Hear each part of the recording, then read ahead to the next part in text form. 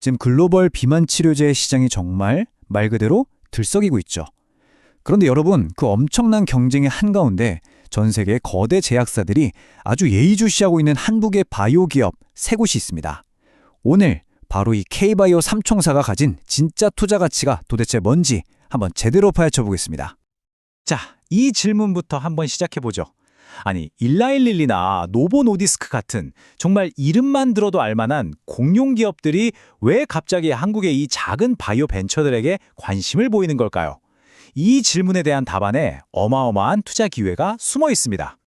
이 모든 이야기의 시작은요, 거대한 시장의 판도가 바뀌는 데서부터 출발합니다.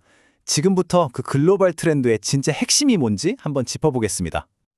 한번 상상해보세요. 일라이릴리랑 노보노디스크가 그야말로 대박을 쳤는데 지금 엄청난 골칫거리가 생겼습니다. 바로 약이 없어서 못 파는 상황이라는 거죠.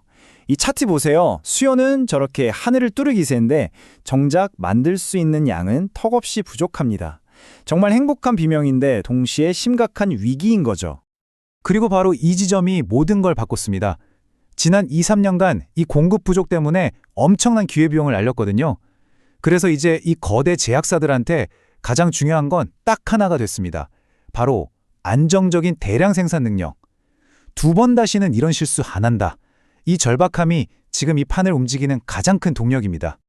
자, 여기서부터가 정말 흥미로워집니다. 이 전 세계적인 공급 문제의 해결 열쇠를 놀랍게도 한국의 바이오 기업 세 곳이 쥐고 있다는 분석이 나오고 있는 거죠. 바로 이들이 오늘 이야기의 주인공들입니다. 이 회사들이 가진 핵심 무기가 뭐냐면 마이크로스피어라는 기술이에요. 이게 뭐냐면 쉽게 말해서 약효가 오래가는 주사달을 만드는 플랫폼 기술입니다. 매주 맞아야 했던 주사를 한 달에 한 번, 아니면 심지어 세 달에 한 번만 맞아도 되게 만드는 거죠. 환자 입장에선 이건 뭐 완전히 다른 세상이 열리는 거잖아요. 바로 이 분야가 이 한국 기업들의 전문 영역이라는 겁니다. 자, 그럼 선수들을 한번 만나볼까요? 바로 펩트론, G2G 바이오, 그리고 인벤티지 랩입니다. 이 세 회사 모두 이미 글로벌 빅파마들과 아주 깊숙한 논의를 진행 중이고요.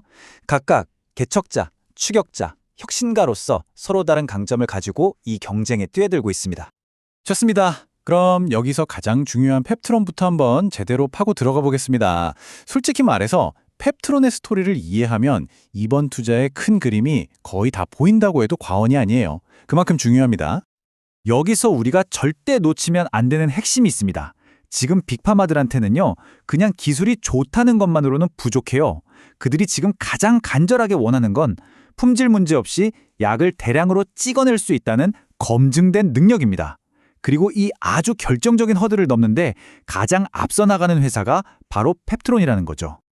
펩트론이 지금까지 밟아온 과정을 보면요, 정말 모든 조각이 딱딱 맞아떨어집니다. 1단계, 기술력은 이미 검증됐죠. 2단계, 소규모 생산을 대규모로 키우는 스케일업 능력도 입증했습니다.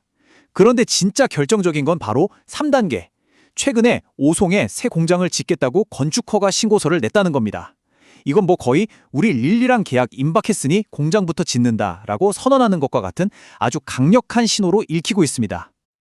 그리고 이 공장 허가가 그냥 단순한 서류 작업이 아닌 이유는 바로 그 스케일에 있습니다. 이 공장이 생산할 물량의 가치를 따져보니 무려 14조 원 규모의 파이프라인을 위한 거라는 분석이 나왔어요. 펩트론이 자체적으로 개발하는 약만으로는 도저히 설명이 안 되는 어마어마한 규모인 거죠. 한번 상식적으로 생각해 보세요. 만약에 릴리가 우리 당신들이랑 계약 안 할 건데요 라고 했는데 펩트론이 수천억 원이 들어갈 공장을 짓겠다고 나설까요? 절대 그럴 리가 없죠. 말이 안 되잖아요. 그래서 많은 분석가들이 이 공장 허가 신청을 사실상 계약이 거의 확정됐다는 가장 강력한 증거로 보고 있는 겁니다. 자, 여기서부터는 우리가 시야를 좀 더 넓게 봐야 합니다. 펩트론의 성공은요, 그냥 한 회사가 잘 되는 걸로 끝나지 않을 가능성이 아주 높습니다. 이건 K바이오 마이크로스피어 생태계 전체를 한 단계 위로 끌어올리는 신호탄이 될 수 있다는 거죠. 펩트론은 말 그대로 이 길을 처음으로 뚫는 개척자입니다. 만약 펩트론이 릴리와의 계약으로 한국의 마이크로스피어 기술 대량 생산까지 완벽하다라는 걸 증명해내면 어떻게 될까요? 이건 곧 한국의 이 기술 전체에 대한 신뢰도로 이어지는 겁니다. 그럼 그 뒤를 따르는 G2G 바이오나 인벤티지 랩이 글로벌 계약을 맺는 길이 훨씬 더 쉬워지겠죠. 그리고 바로 이 문장이 생태계 투자 관점의 핵심을 아주 정확하게 보여주는 말이죠. 펩트론 딜이 터지면 후발주자들도 같이 간다. 왜냐? 이 세 회사가 결국 비슷한 기술적 스토리를 공유하고 있기 때문이에요. 그래서 한 회사의 성공이 다른 회사들의 가치까지 함께 끌어올리는 그런 연동 효과를 우리가 기대해 볼 수 있다는 겁니다. 실제로 G2G 바이오를 보면요. 거의 펩트론의 성공 방정식을 그대로 따라가고 있습니다. 약 1년 정도의 시차를 두고 말이죠.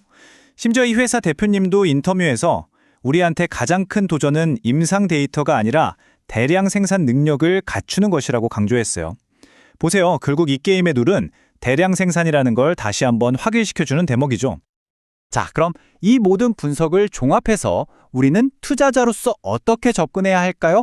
마지막으로 이 기회를 제대로 잡기 위한 핵심 원칙들을 한번 짚어보겠습니다.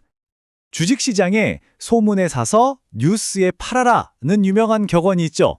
좋은 뉴스가 공식적으로 발표되는 순간이 단기 고점일 수 있으니 그때 차익 실현을 하라는 건데요. 하지만 이 분석에서는 이번 기회만큼은 그런 단기적인 접근법이 완전히 틀렸다고 아주 강하게 이야기하고 있습니다. 결국 우리의 선택은 둘 중 하나입니다. 매일매일의 주가 변동에 일희일비하면서 뉴스에 반응하는 단기 트레이더가 될 것이냐, 아니면 대량 생산 능력이라는 이 기업들의 근본적인 가치와 진전에 집중하면서 장기적인 그림을 그리는 투자자가 될 것이냐. 이 분석은 명백하게 후자의 관점을 가져야 한다고 말하고 있습니다. 자, 오늘 분석의 핵심 다시 한번 정리해 드릴게요. 첫째, 이건 단순 테마가 아니라 의학 패러다임의 변화에 투자하는 장기적인 기회라는 점. 둘째, 그래서 가장 중요한 변수는 화려한 데이터가 아니라 검증된 대량 생산 능력이라는 것. 셋째, 그렇기 때문에 이 기업들을 각각의 종목으로 보기보다는 하나의 기술 생태계, 즉 포트폴리오로 접근하는 것이 현명하다는 것.